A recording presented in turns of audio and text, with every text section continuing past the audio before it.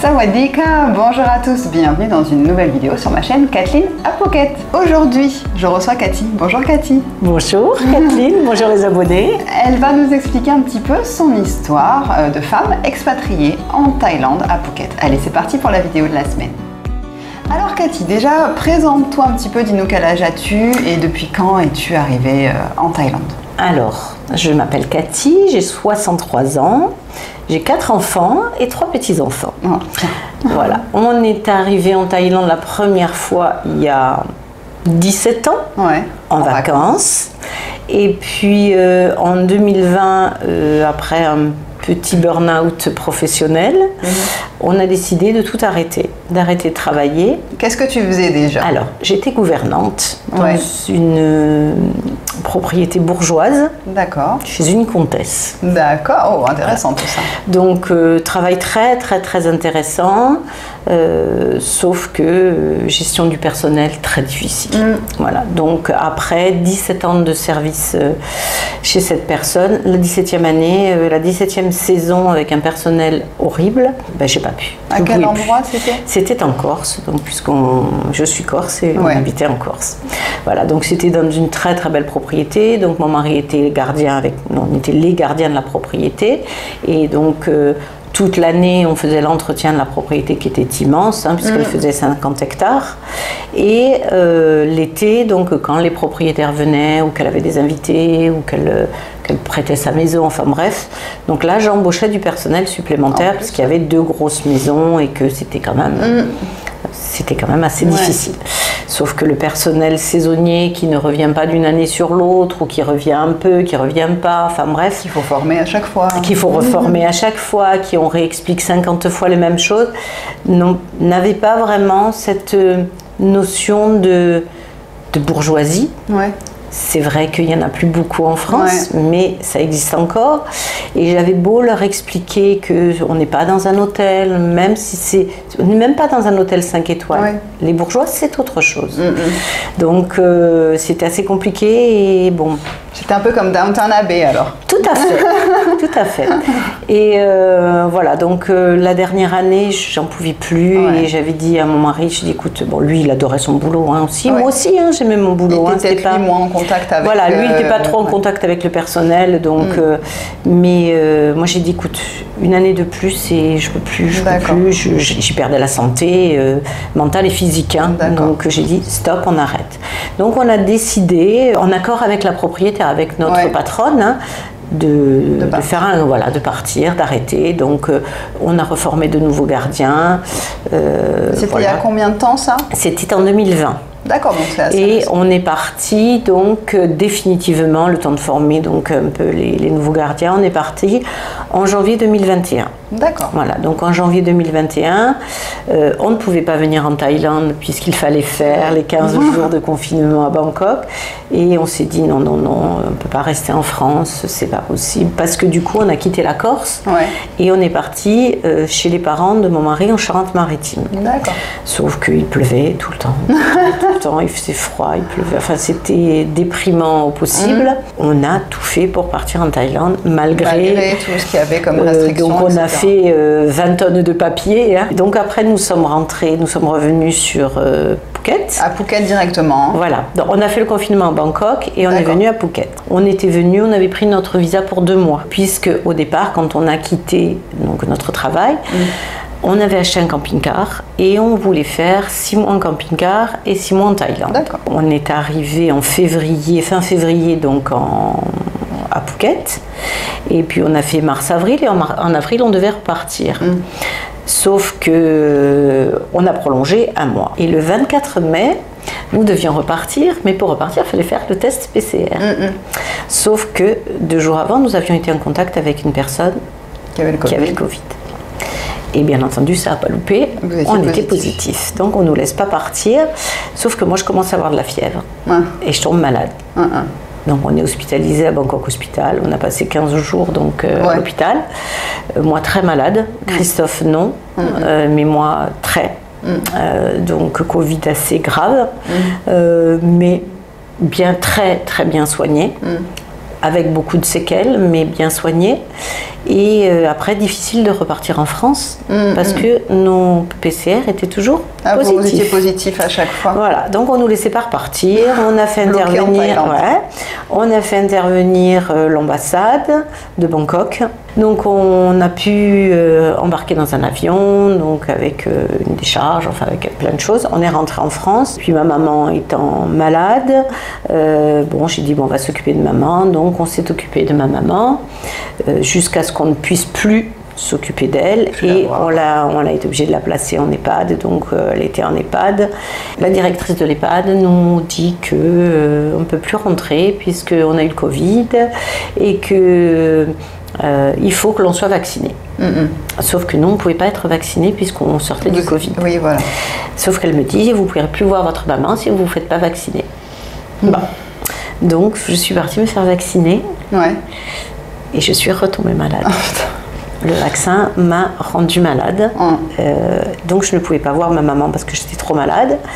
Et le jour où j'ai été guérie, que j'avais que j'allais mieux, tu te sentais mieux, j'ai voulu retourner voir ma maman, sauf que la directrice me dit non, maintenant l'EHPAD est en plan blanc, plus personne n'a accès. On ne peut plus rentrer, quoi. Plus de visite. Donc j'ai jamais revu ma maman puisqu'elle est morte. Voilà. Donc là c'était la partie. Du coup, quand elle est décédée, on s'est dit... Qu'est-ce qui nous retient? J'ai plus envie de rester là. Donc mes enfants étaient là, mais mes enfants savent à quel point, donc déjà on aime la Thaïlande, et puis savent que tout ce qu'on a vécu et tout, le travail difficile que l'on a eu quand même pendant 17 ans, parce que c'était quand même du travail très difficile, ils ont dit... partez. Donc on est parti. Quand on est revenu donc ici à Hawaï, donc on a loué un appartement qu'au départ on l'avait pris pour 6 mois, pensant rentrer, faire encore 6 mois. Et puis au bout d'un moment on s'est dit pourquoi rentrer? Pourquoi rentrer tant de temps? Bon, on s'est dit allez, 4 mois ça sera suffisant avec le camping-car. Et puis on a passé les 4 mois et puis on s'est dit merde, on va rentrer. Garder un camping-car qui coûte si cher à l'année pour 4 mois avec tous les frais que ça comporte, les assurances, les machins, tout ce qu'on payait en France, les mutuelles, enfin bref, on s'est dit on revend le camping-car.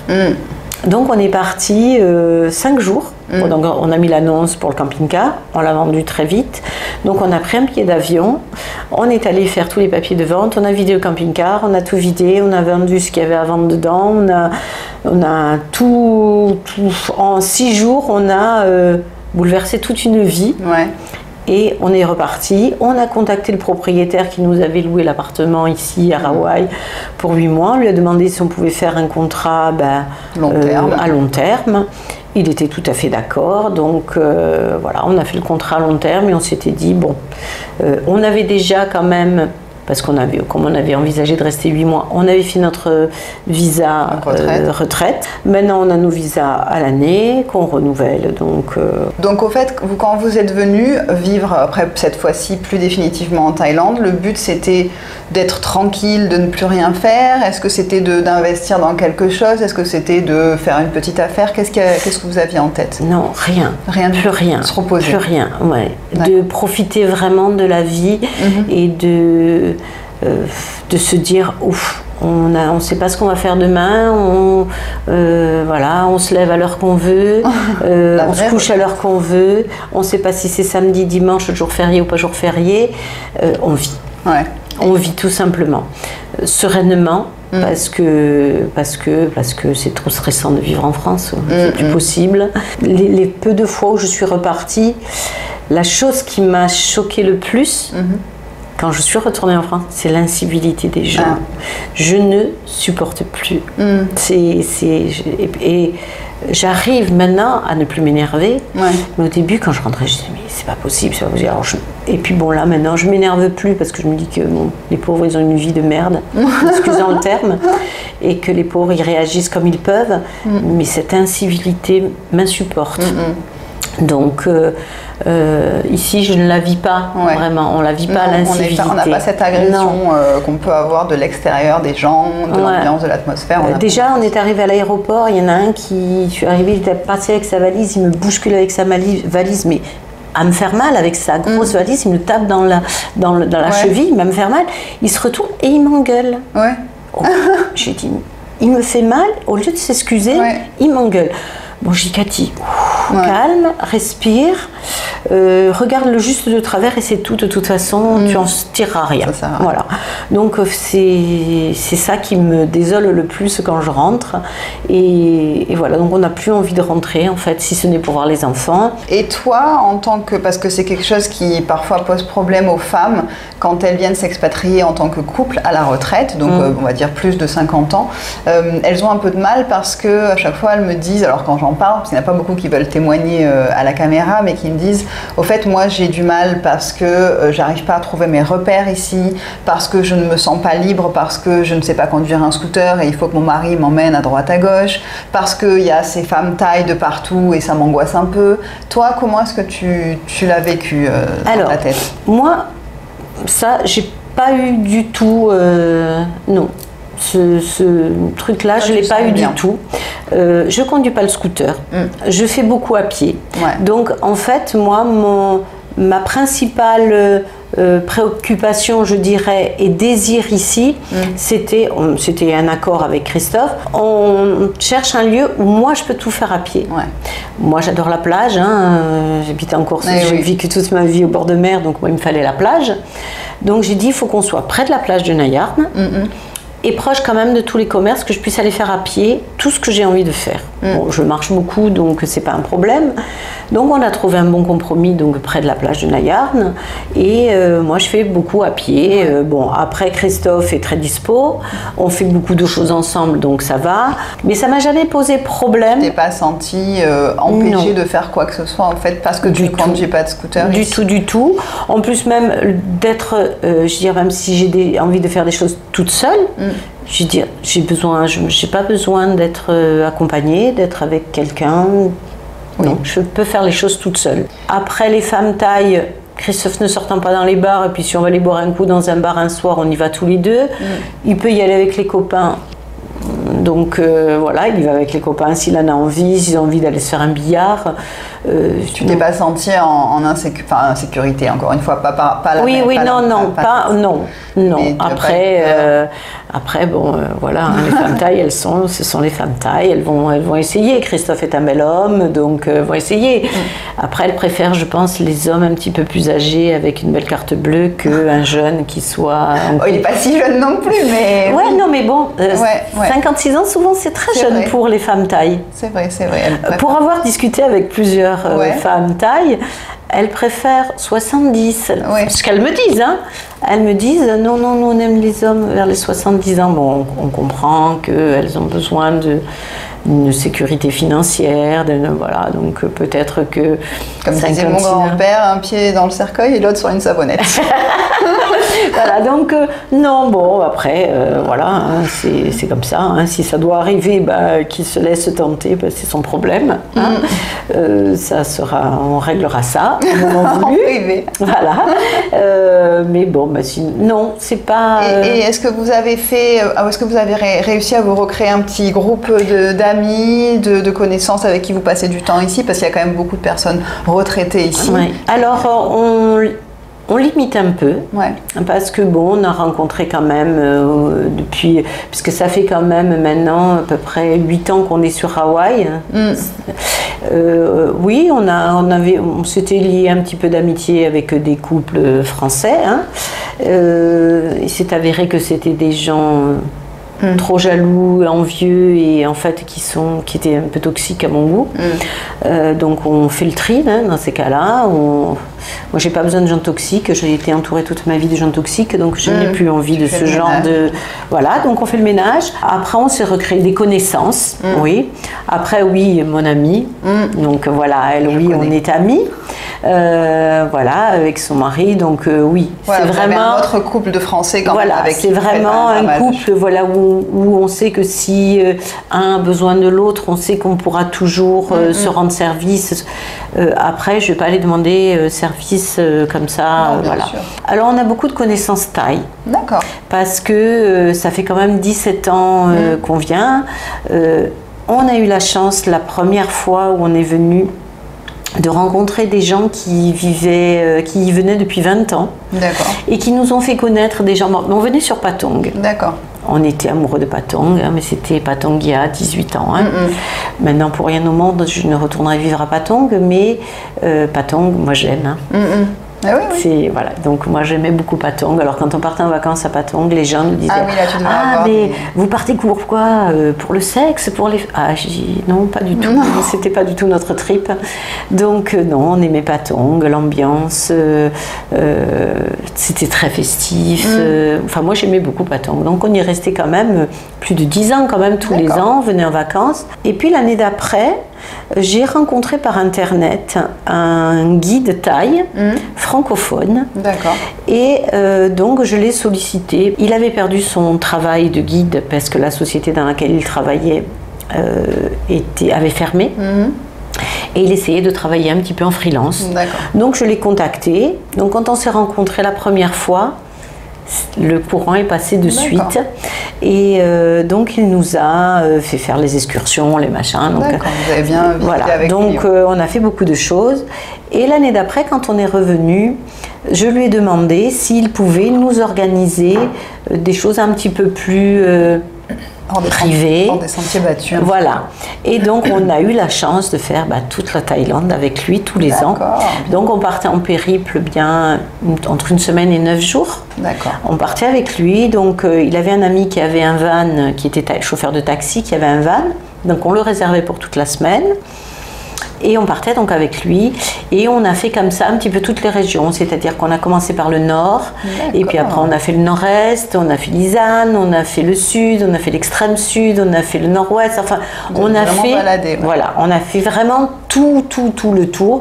Et l'avantage qu'on a, c'est que on est allé, on partait vraiment à l'aventure, c'est-à-dire qu'on ne réservait pas les hôtels, on s'arrêtait au fur et à mesure que l'on roulait, selon où on était, on s'arrêtait, il allait louer des chambres d'hôtel, donc on est allé un petit peu partout. Et puis on s'était dit, si un jour vraiment on vient rester plus longtemps, ça sera Phuket. Voilà, tous les autres coins nous ont plu, on a vu des choses magnifiques, j'ai des souvenirs merveilleux, j'en ai plein les yeux, mais pour y vivre, non. Tu t'es mis un petit peu à apprendre le thaï ou pas? Alors oui. Donc j'apprends un peu toute seule, mais on a beaucoup d'amis thaï qui m'aident beaucoup pour la prononciation, ce qui est très difficile parce que quand ils me font répéter, moi j'ai l'impression que je répète ce que j'entends. C'est ce que je dis, mais non, c'est pas ce qu'on entend. Bon, mais voilà, après je pourrais pas tenir une conversation, je comprends un petit peu plus que je ne parle, mais bon, j'arrive à me débrouiller un petit peu. Et là, depuis l'année dernière, donc on s'occupe d'une petite fille qui avait 3 ans, donc quand on s'est occupé, maintenant elle en a 4, de parents qui travaillent beaucoup, qui n'ont pas le temps trop de s'occuper, donc de la petite Ying. Et la petite Ying, c'est une vraie éponge. Et quand on lui parle français, elle apprend très vite. Donc pour que je comprenne ce qu'elle me dit, elle me le dit en thaï et elle me fait comprendre avec ses gestes et machins. Et du coup, j'apprends les paroles thaï grâce à elle. Et j'apprends beaucoup grâce à elle. Et on participe beaucoup à des cérémonies familiales. Donc on est très souvent invité à des cérémonies familiales, donc à des cérémonies d'anniversaire de deuil, de machin, des choses pas souvent très gaies, mais chez eux c'est très gai toujours. Même la mort n'est pas... Là, la semaine dernière, on est allé, nous ont invités parce que c'était l'anniversaire de la mort du papa. Donc on y est allé, c'était très festif, donc on mange, chez eux c'est toujours on mange tout le temps. Donc qu'il soit 9h du matin, 10h du matin, et on mange tout le temps, mais c'est toujours très festif. Alors elle nous a invités aussi parce que son fils a fait le monastère pendant un mois, donc on a été invités à couper les cheveux, à participer, enfin tout faire. Tu vois vraiment la tradition de plein de choses. Et on est souvent donc les seuls Européens, mais on est intégrés dans cette famille parce qu'ils nous font participer à tout. Donc la cérémonie d'ouverture de ce monastère, la cérémonie de fin quand il finit, enfin donc tout. On y va souvent. Toute ton activité ici est bien remplie aussi par ces activités. Ici je ne m'ennuie jamais. En plus, donc je me suis mise au sport, donc je vais au sport. Alors on était inscrit à l'année, hein, la salle de sport. Donc Christophe il va 2 fois par jour, oui, plus le tennis. Moi j'y vais 1 fois tous les 2 jours. Oui, c'est déjà bien. Et 1 fois tous les 2 jours, donc je fais mon yoga. Mais je fais mon yoga chez moi parce qu'ici toutes les salles, enfin tous les gens que j'ai contactés font yoga en anglais. Ah oui. C'est très très difficile pour moi de suivre tout en anglais. Je suis capable de comprendre un peu, mais le temps que je comprenne ce qu'elle va expliquer, ben, la posture elle est déjà passée. Donc, eh ben non, je le fais chez moi. Ça me gêne absolument pas. Je fais de la méditation. Je vais souvent à la plage le matin très tôt. Et là, je peux faire la méditation très tôt. Combien tu estimes un petit peu votre train de vie ici à Phuket? Combien est-ce que vous dépensez par mois? Parce que je sais que vous êtes locataire là dans l'appartement. Oui, on est locataire. Donc, si on compte, allez, je dirais loyer, assurance santé, salle de sport, la nourriture, voilà, la nourriture, le scooter. Alors le scooter on l'a acheté, on ne le loue plus, donc voilà, on en a acheté un. L'essence. Voilà, donc l'essence, l'assurance, tout ça. Et si on fait une moyenne, on est à, je dirais, 2002 par mois. Par mois, à peu près. Ouais, 2200 € par mois. Pour vivre tranquille à 2. Ouais. Après, on n'est pas des gens qui sortent tous les soirs au bar. Oui, donc pas beaucoup d'alcool, donc ça compte, parce que c'est ça qui chiffre aussi. Oui, oui, après, c'est les sorties, les alcools, les machins. Après, ben, on mange thaï. Ouais. Nous, on mange beaucoup thaï, hein, mais par choix, hein, c'est pas même pas par dire par économie. Si, oui, si on va manger européen tous les jours, ça va nous coûter 3 bras.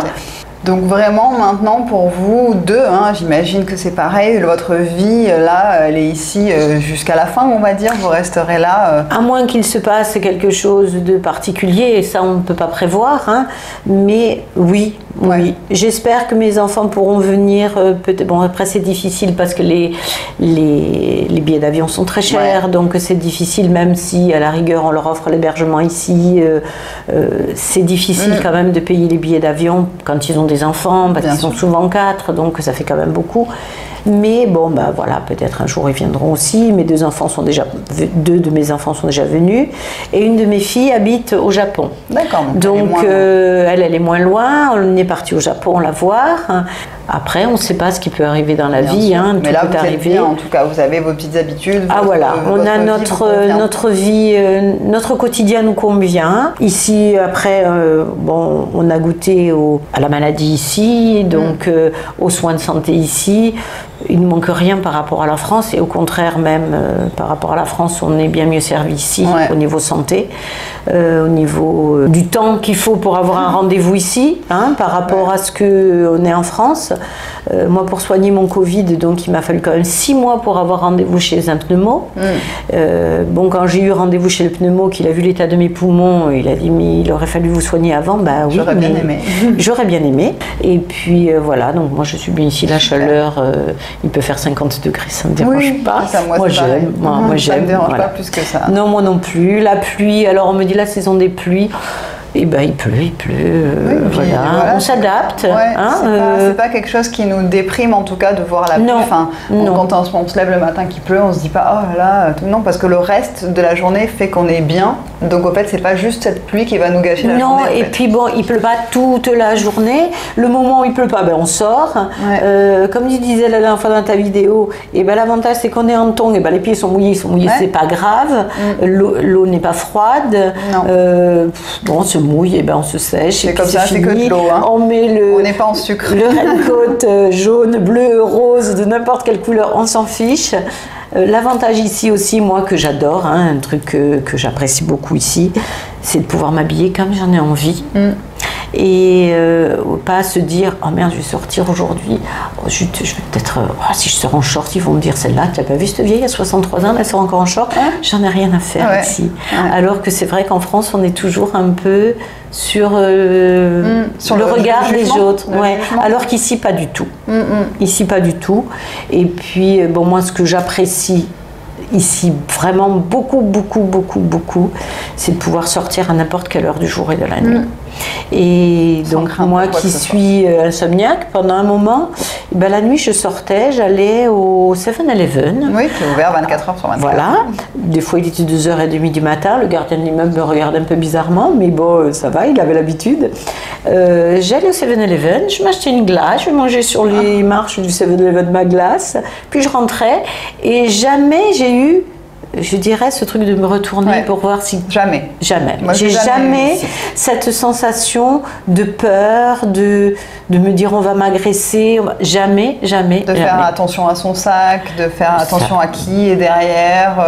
Non, c'est un truc qui sort de la tête complètement. Voilà, les courses c'est pareil, on va faire les courses avec le scooter, on pose notre sachet de courses qu'on a fait dans un premier magasin, on le laisse sur le scooter, on va faire dans un autre magasin, on revient, on accroche et jamais personne ne vient nous chercher, voilà. Donc moi ici, ça c'est une chose que j'apprécie, et manger à n'importe quelle heure du jour, ça c'est très appréciable aussi parce qu'on on regarde pas.